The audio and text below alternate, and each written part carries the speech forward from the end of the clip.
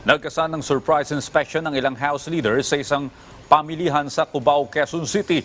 Layo nitong bantayan at ng supply at presyo ng mga bilihin para na rin masigurong magkakaroon ng maligayang Pasko ang bawat Pilipino.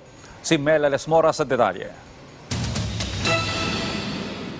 Maagang namalengke sa farmers market sa Cubao, Quezon City si Imelda. Bilang ilaw ng tahanan, nakatutok siya sa pagkain at budget ng kanilang pamilya. Kaya't ngayong nalalapit na ang Pasko, isa lang ang hiling ni Imelda at ito'y sana'y huwag namang tumaas ng todo ang presyo ng mga bilihin.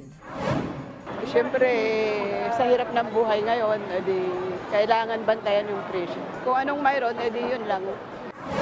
Para matiyak ang maayos na presyuhan sa palengke at walang nananamantala ngayong holiday season, personal na nag-inspeksyon sa palengkeng ito si House Speaker Martin Romualdez kasama si House Deputy Majority Leader Erwin Tulfo. Una nilang sinilip ang bentahan ng mga gulay, sumunod naman ang mga baboy at iba pang karne. Siyempre tiningnan din ng House leaders ang bentahan ng bigas at bago umalis, nakipag-usap din sila sa mga nagtitinda ng itlog. Dito'y naungkat pa ang itinutulak ng ilan na bakit hindi na lang timbangin ang itlog para maiwasan ang pandaraya ng iba sa sukat at bigat nito kapag ibinebenta.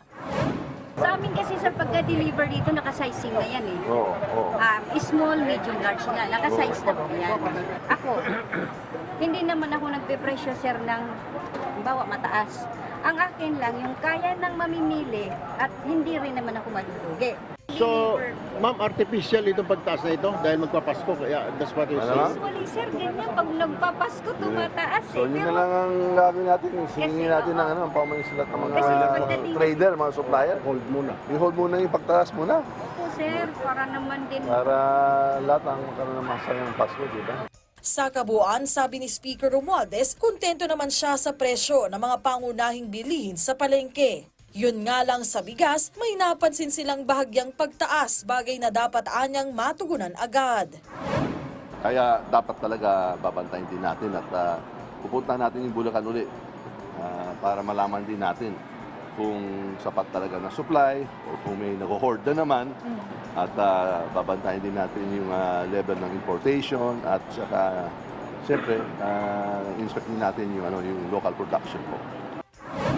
Sa isang forum, tiniyak naman ng Bureau of Plant Industry na sapat ang supply ng bigas. Pero para mapatatag pa ang supply at mapababa ang presyo nito sa merkado, kinakausap ng ahensya ang mga nag-aangkat ng bigas na ipasok na sa Pilipinas ang mga naaprubahang imported rice. Nasa 400,000 metric tons ng imported rice ang inaasahang darating sa bansa. Babala ng BPI, maaaring i-revoke at pagmultahin ang mga importer na hindi ginagamit ang kanilang import permit.